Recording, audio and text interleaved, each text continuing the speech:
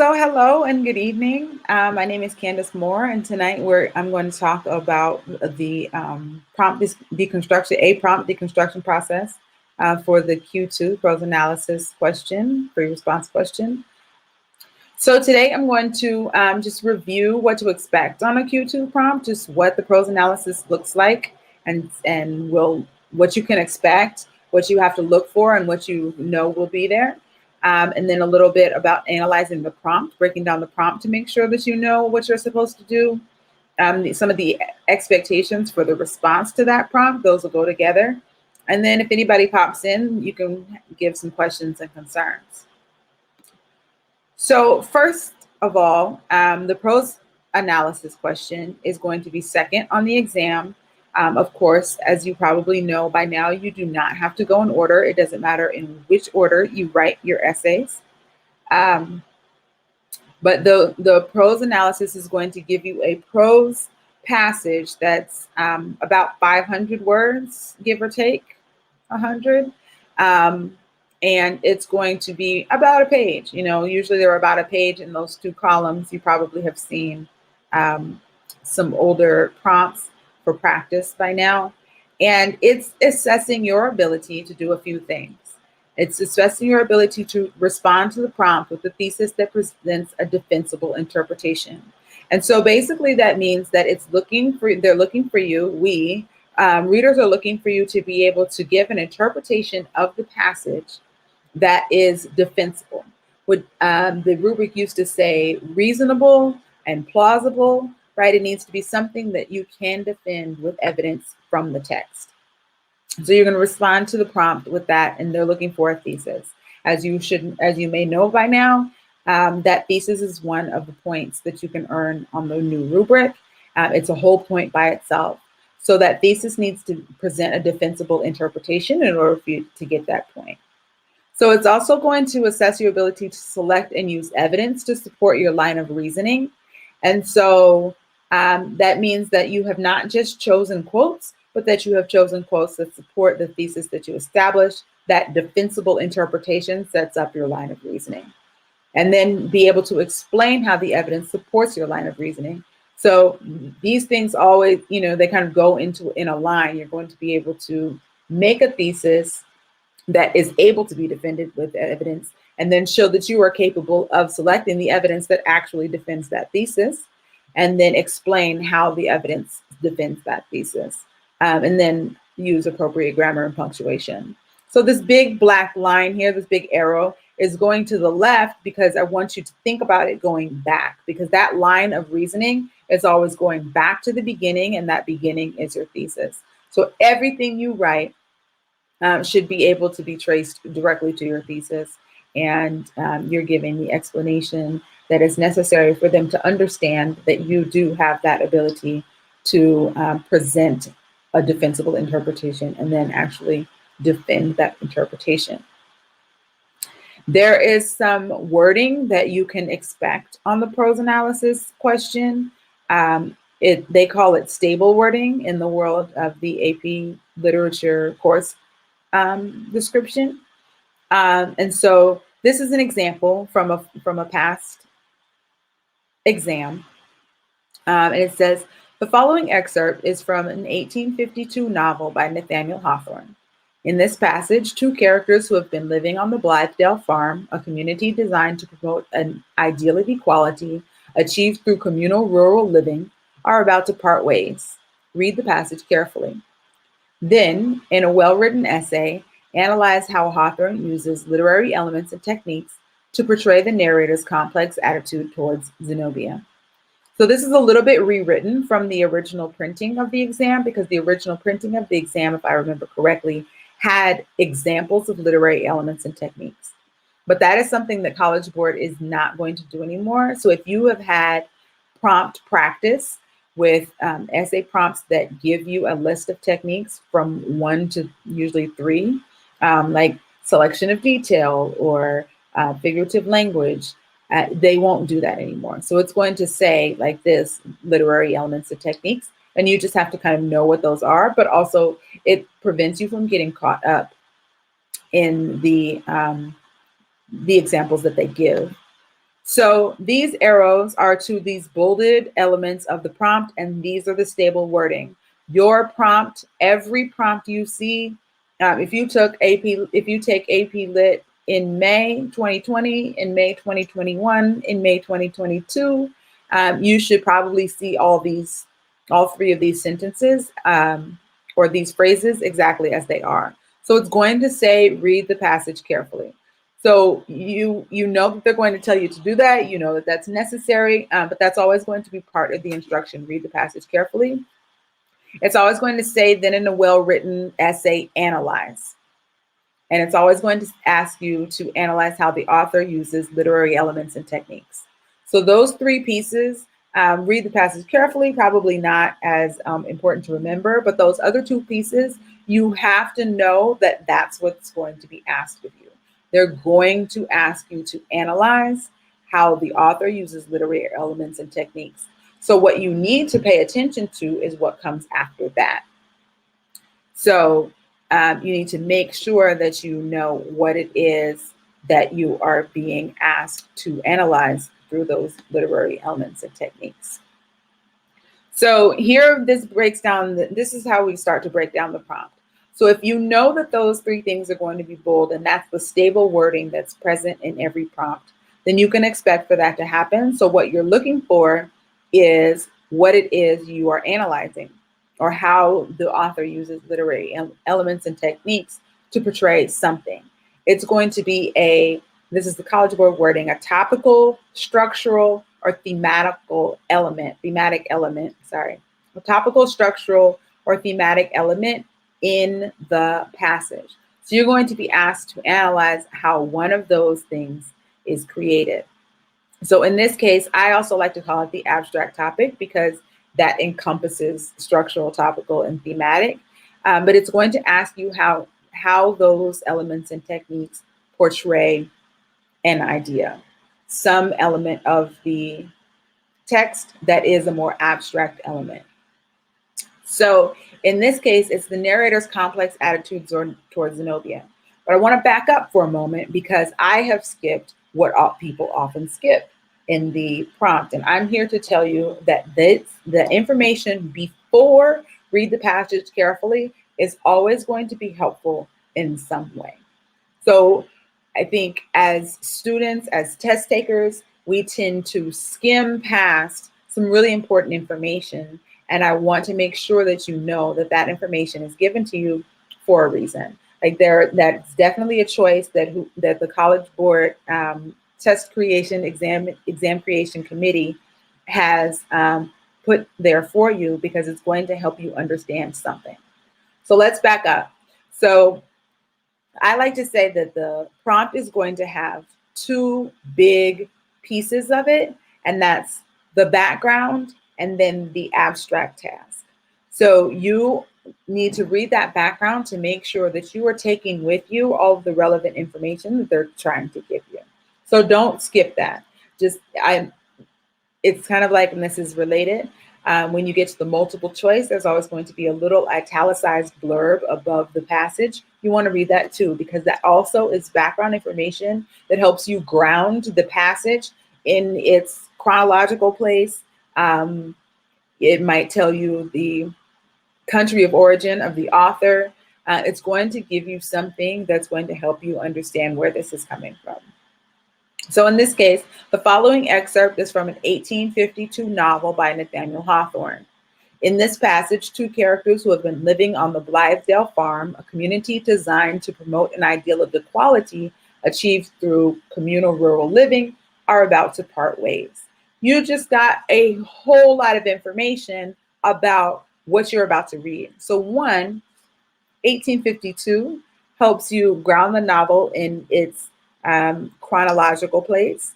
Also, if you're familiar, you know that Nathaniel Hawthorne,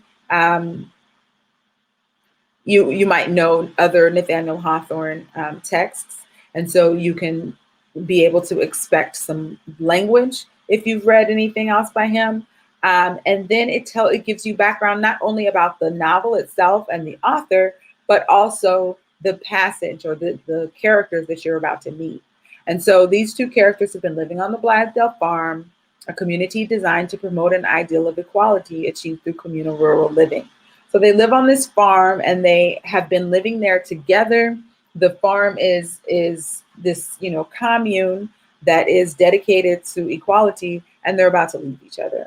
So they have been living in a set of ideals. They have a set of shared values that they have been, even if they don't share those values, that you can expect that they have been exposed to those values, and they're about to part ways. And so that background gives you actually quite a bit of foundation in order to examine the relationship between these two.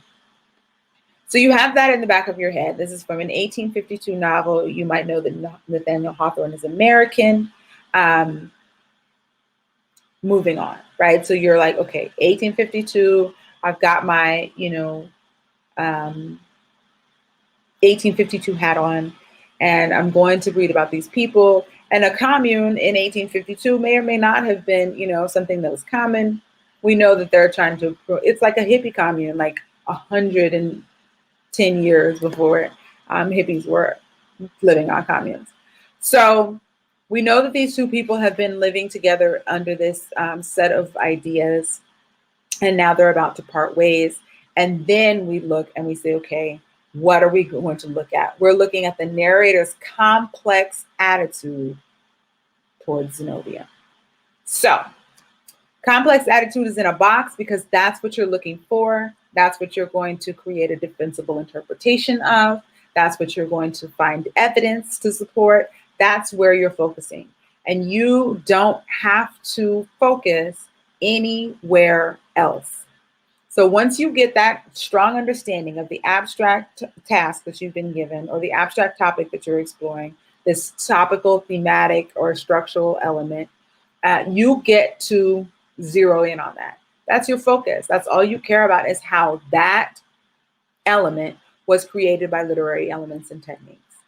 And so once you figure that out, then you know how to annotate. You know where you're going with your annotations. You know what you're focused on. You're focused on literary elements and techniques that create that complex attitude. You might not know what the complex attitude is, of course, because you haven't read, but you know that the attitude is complex. And so you have this, I call this process, this deconstruction process, a step back, because it gives you, you are going to analyze the background, you're going to determine the abstract element, and then you're going to try to pull questions from the prompt, from the actual task. So the questions always work the same way. You're going to start in the beginning and go through and create these questions. So these 4 questions are the questions that you would need to make sure your essay responds to if this were the prose analysis prompt that you were given. So again, it says, then in a well-written essay, analyze how Hawthorne uses literary elements and techniques to portray the narrator's complex attitude towards Zenobia.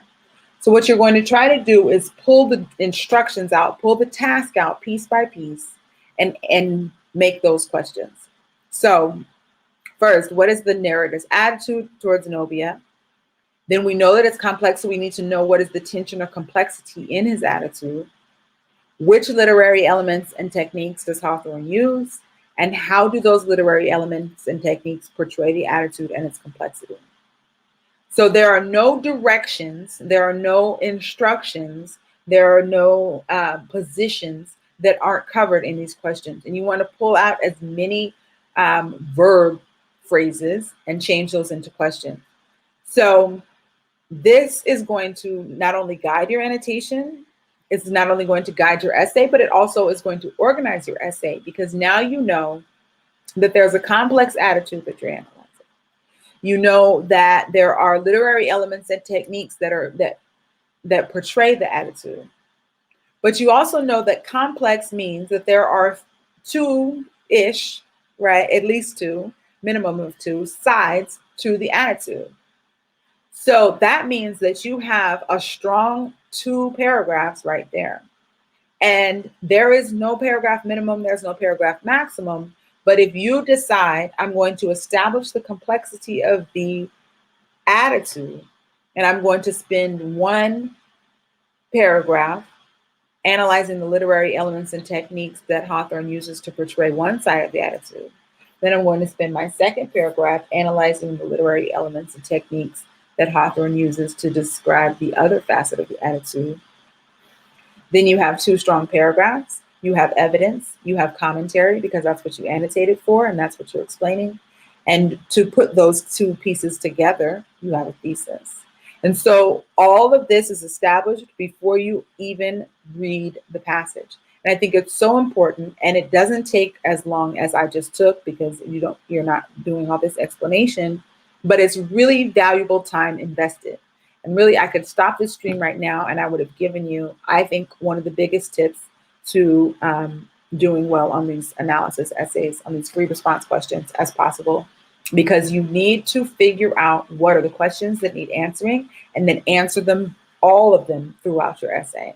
And so basically your paragraph would answer attitude, complexity, elements, how the elements portray, because the elements are the evidence, and how the elements portray the attitude and its complexity are the commentary. And so you've set that. And if you find that he's a little scared of Zenobia, he's a little in love with Zenobia, but he also is ready to leave her, then maybe you have 3 paragraphs. But you know that when you're looking when you're looking and reading the passage, that you're looking for that complexity and you're looking for whatever there is. So I have a little question here, but I'm just going to answer it because it is one of the most important questions that you need to have the answer to in order to do well on the AP Lit exam, and that is, what is complexity? So pause for a brief message. Complexity is tension. Complexity is multifaceted. Complexity is conflict. It is, what are the sides of the issue?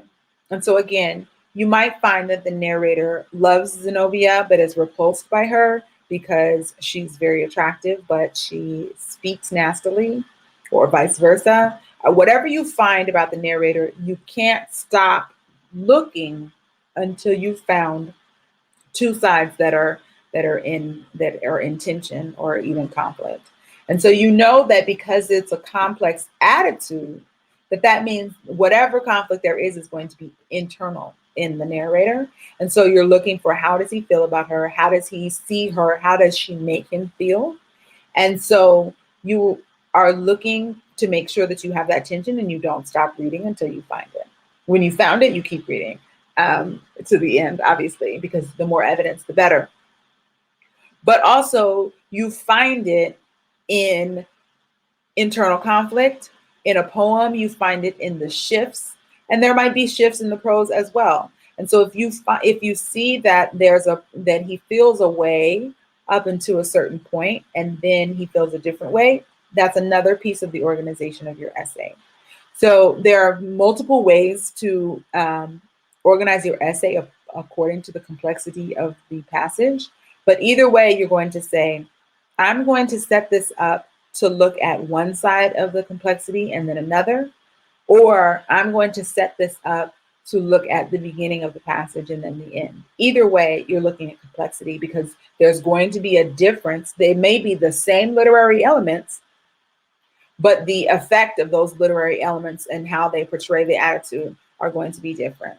And so these are 2 things to think about as you're reading and writing, so that you don't get caught up in, oh, I need 3 paragraphs, or don't get caught up in, I need multiple elements or techniques, because it could be the same element.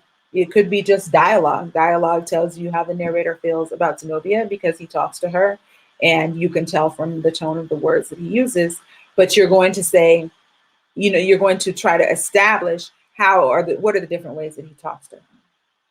So there are a lot of things that are established just by reading the prompt very closely. And because it's only, 4 or 5 sentences, it's not going to take as long, but it's going to set you up for an analytical reading of the passage, and therefore a defensible interpretation of it that you can write.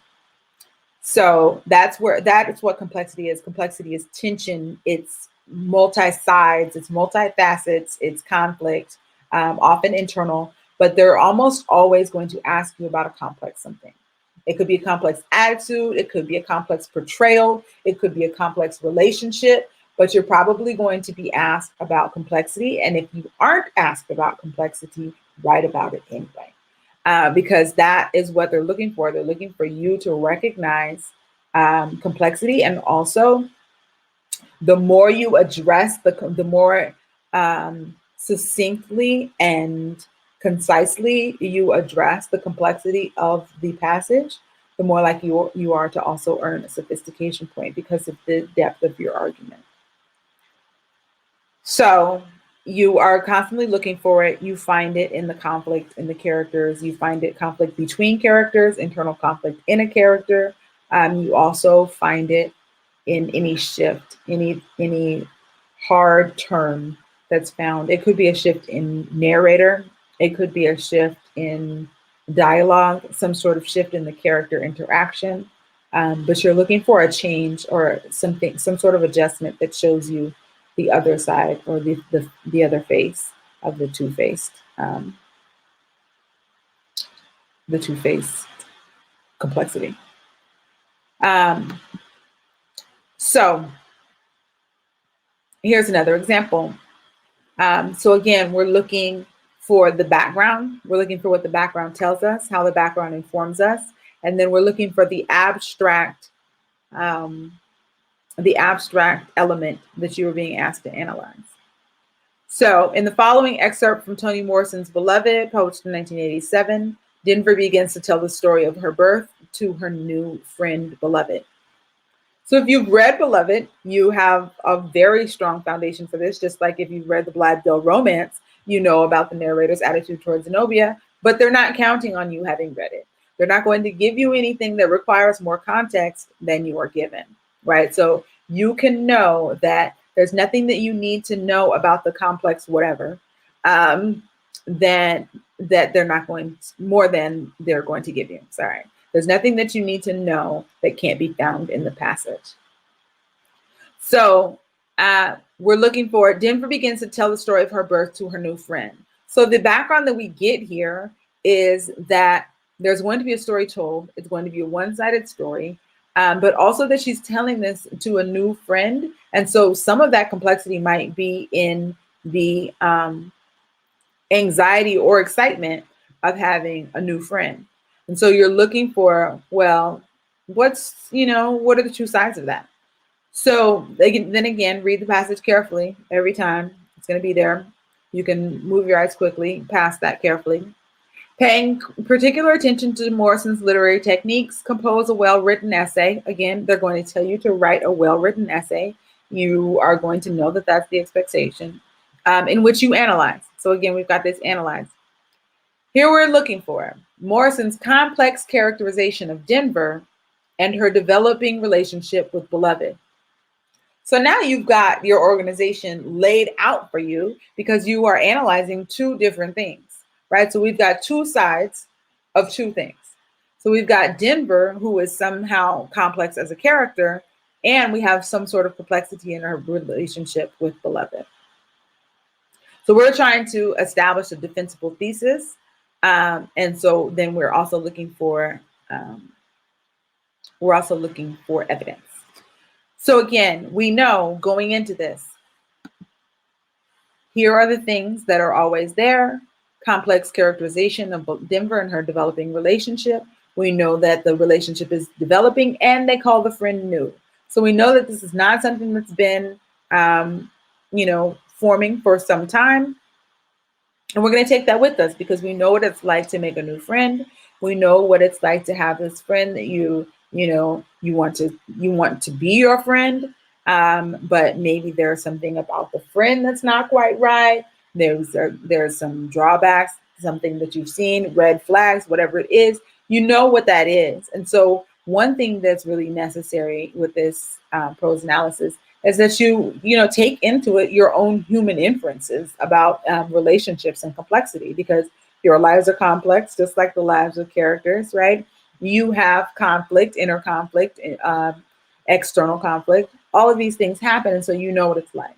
So it's like to have a complex attitude toward a person. It's like to have a complex characterization a complex relationship.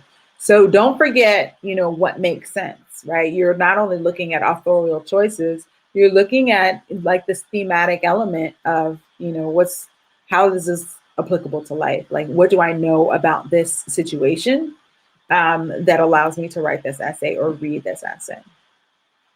So I'm going to leave this up for a moment just so you can read it one more time, because the next slide is going to have the questions on it, but the questions aren't going to be filled in. And so when you're watching this, you can decide what is it that they're asking me to do? What are the questions that need to be answered in order for me to give an effective response to this prompt?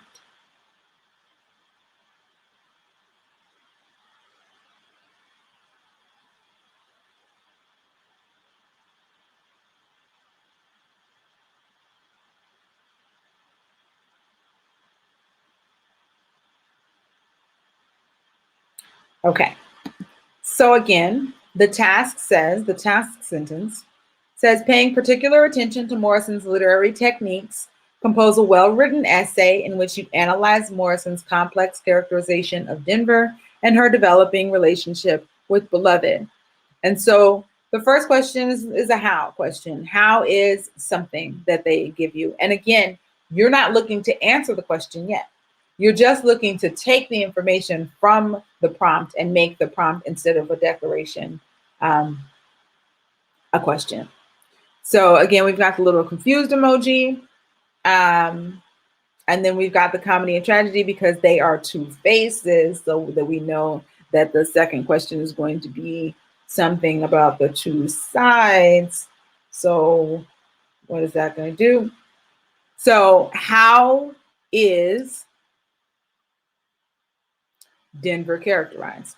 Right, that's hopefully what you came up with. How is Denver characterized, and what is the complexity of the characterization? How is Denver and her relation? How are Denver and her relationship characterized? It should have been how are. Which literary elements and techniques does Morrison use? That's always going to be your question that you're leading into. And then how do those elements and techniques portray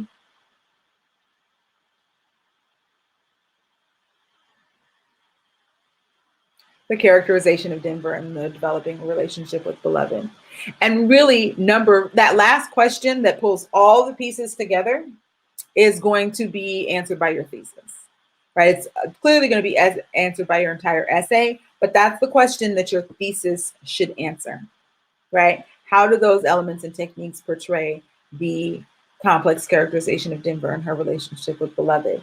And so you're going to be able to say these elements and or techniques portray Denver's relationship to be blank. So that's the prompt deconstruction. You're looking for the background that's given. You're looking for the abstract element to be analyzed. You're making sure that you annotate with complexity in mind. And that's going to happen every time you come to a prose analysis prompt. You can do that on any prose analysis prompt that's been given in the last at least 20 years. You're going to look at what the background information that's given, establish the element that you're being asked to analyze, topical, structural, or thematic, and then figure out what are the sides that you have to determine and defend. So your thesis is going to have those parts in it. What are the elements? What is the complexity? Period. Okay, so if we know that we're looking for Morrison's complex characterization of Denver and her developing relationship with Beloved, then that's our focus as we read, as we analyze, as we annotate. So this is the first paragraph of the excerpt that goes with that prompt. And by the end of the first paragraph, which looks big on a slide, but is really quite short, you should be able to have a good idea of where this complexity begins to be established. So here we go. So we're looking for, who is Denver? What are the complexities of Denver? What's her relationship like, her new relationship with Beloved? And what's the complexity there? So we're looking again for two sides of two elements. Denver climbed up on the bed and folded her arms under her apron. She had not been in the tree room once since Beloved sat on their stump after the carnival, and had not remembered that she hadn't gone there until this very desperate moment. Nothing was out there that this sister girl did not provide in abundance: a racing heart, dreaminess, society, danger, beauty. She swallowed twice to prepare for the telling, to construct out of the strings she had heard all her life a net to hold Beloved. So if we're looking at this, looking for complexity of both Denver and her relationship with Beloved, it's already there in um, 1, 2, 3, 4 sentences. So two things. We're looking for a characterization of Denver, right, and her relationship with Beloved. We're looking to see, so we see Denver climbs up on the bed, folds her arms under her apron. Okay, fine. She had not been in the tree room once since Beloved sat on the stump after the carnival. You don't have to know how long that's been in order to know that clearly that's significant. She hadn't been there and had not remembered that she hadn't gone there until this desperate moment. So she's desperate for something. Okay. But she also is experiencing this new relationship that we know is new because the background told us. And we know is developing because the task told us, right? We wouldn't know that if we had skipped over the background in order to talk about what we're going to write. So we're glad we read the background because it says she's going to tell her life story to her new friend. So we know that she's desperate in this moment.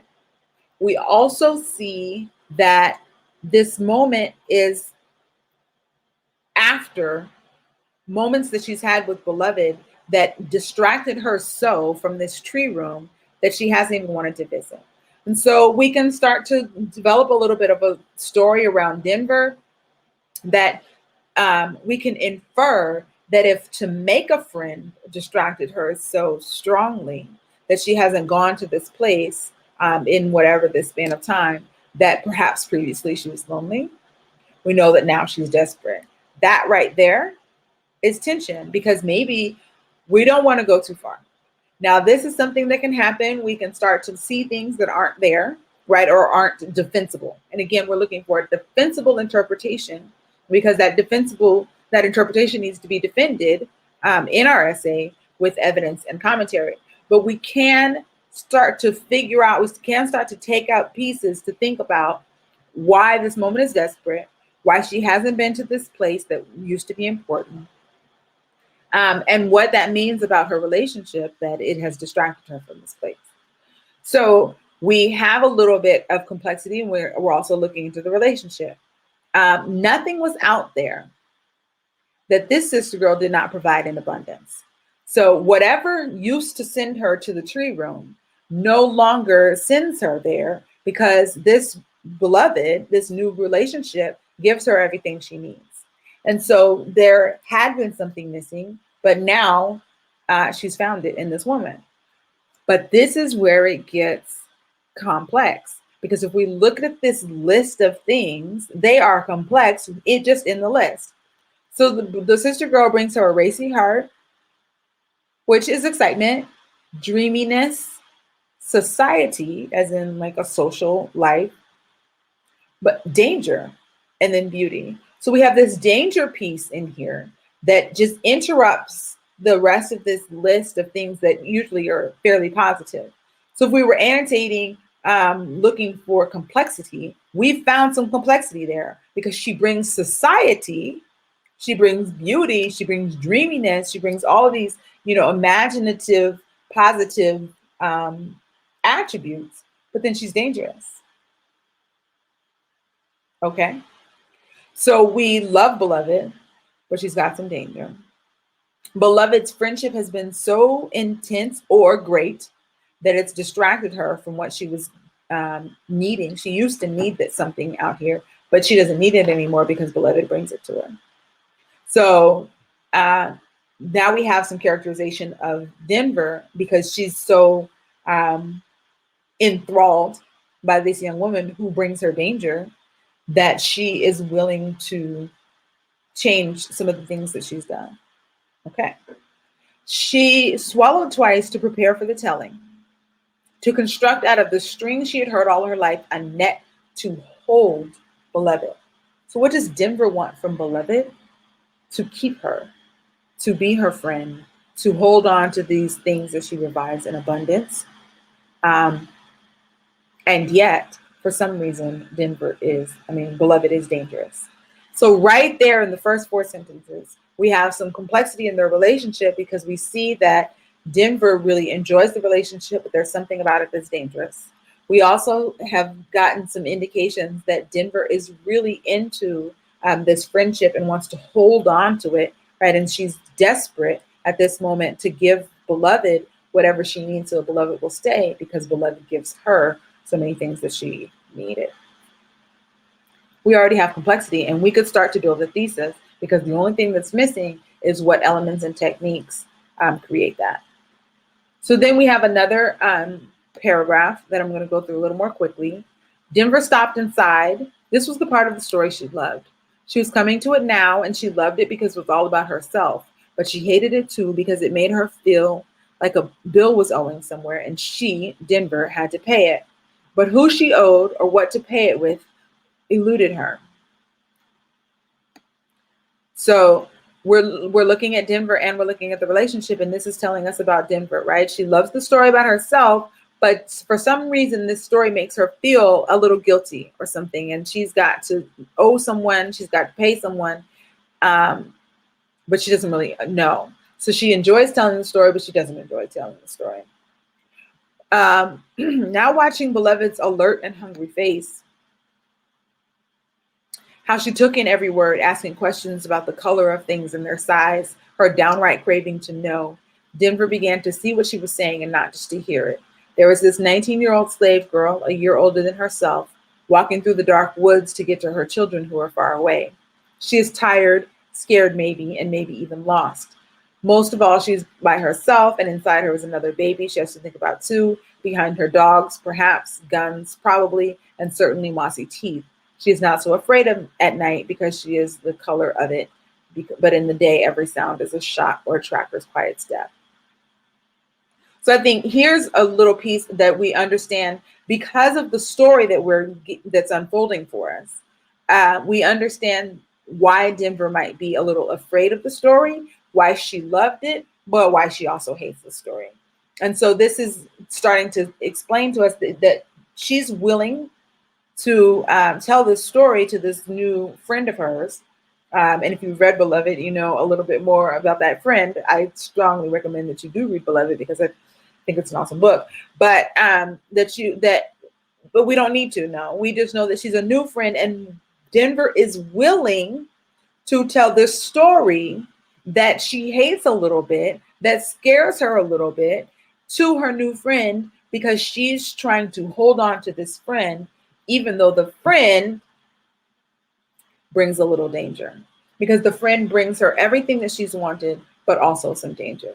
And there we have the beginnings of a thesis, because we have a complexity, because we have tension between the way she feels about Beloved and the way she feels about the story.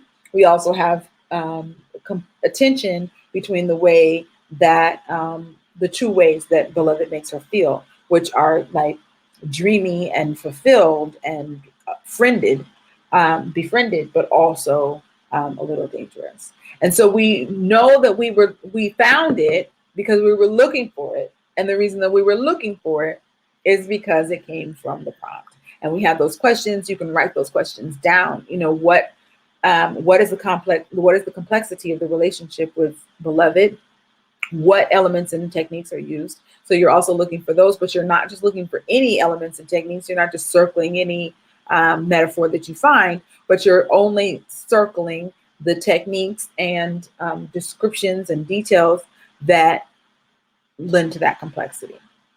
So again, going back to that, that line of reasoning, right? What the readers are looking for you to show. that you can respond to this prompt with a thesis that prevents a defensible interpretation. And if you turn that piece of the task into a question, how do the literary techniques and elements portray the complex blank attitude towards Zenobia, relationship with Beloved? If you answer that question, you have a thesis. Morrison's descriptions and details, metaphors and imagery, characterization of Denver portrays her willingness to be endangered by Beloved for the friendship that Beloved brings. Defensible interpretation. And then you go back, you already have the evidence because that's what you were annotating for, and you are on your way to a 6-point essay. It's that simple.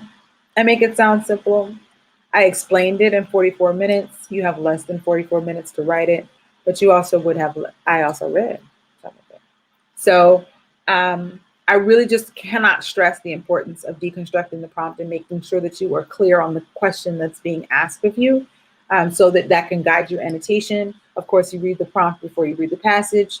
And then that guides your annotation, that guides your organization, that allows you to develop a line of reasoning that is informed directly by the task. So just a few things to keep in mind. You're going to read it. Like, you're going to read the passage. There's no way to skip over reading the passage. But if you have deconstructed the prompt in a few minutes and you've invested those few minutes before you start reading, then you know what you're looking for, and your annotations are more strong because you're annotating to the prompt. So you're annotating for the answers. You're annotating for only elements and techniques that contribute to the complex attitude, because a random list of metaphors is not going to help you, obviously. And then you're looking for that aspect. So you're annotating to answer the question. You're looking for that aspect, that thematic, abstract, structural, topical element or aspect of the passage that you box. That's the key. That's going to unlock your 6.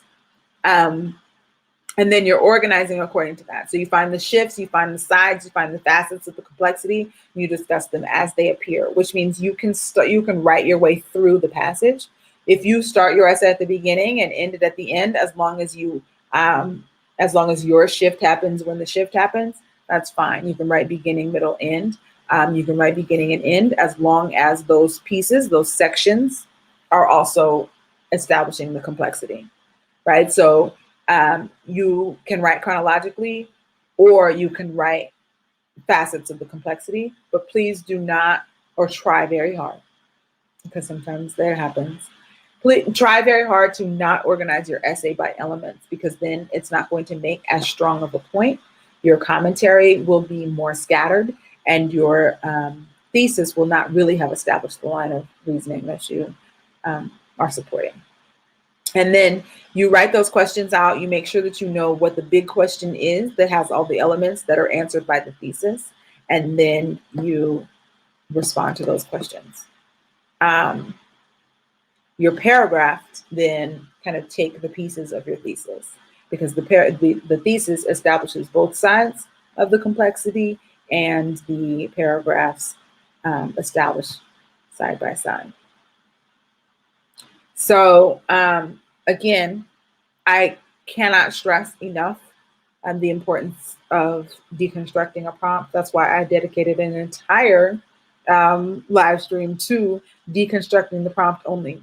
And that's, we went into the second passage, but it takes more time to try to write your essay without making sure that you know what you're writing, without making sure you know what you're looking for, than it does to try to do that. And so you don't have to do it my way. You don't have to figure out the background and figure out the element, write out the questions. But you do need to make sure that you know what the prompt is asking you to analyze, and that you know this background, that you read those however many sentences there are before the words "read the passage carefully," that you've read those. because they're going to give you something that's going to help you unlock your thesis.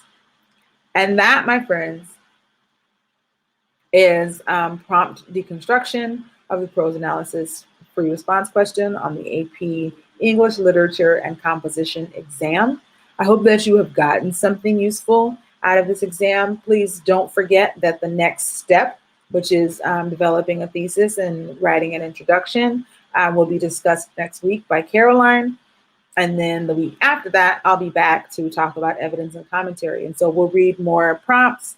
I'll deconstruct them, and or we will deconstruct them, and then we'll talk about how to get to the evidence and commentary, how to pull it, how to use it, how to make sure that it matters. Thank you, and enjoy your day.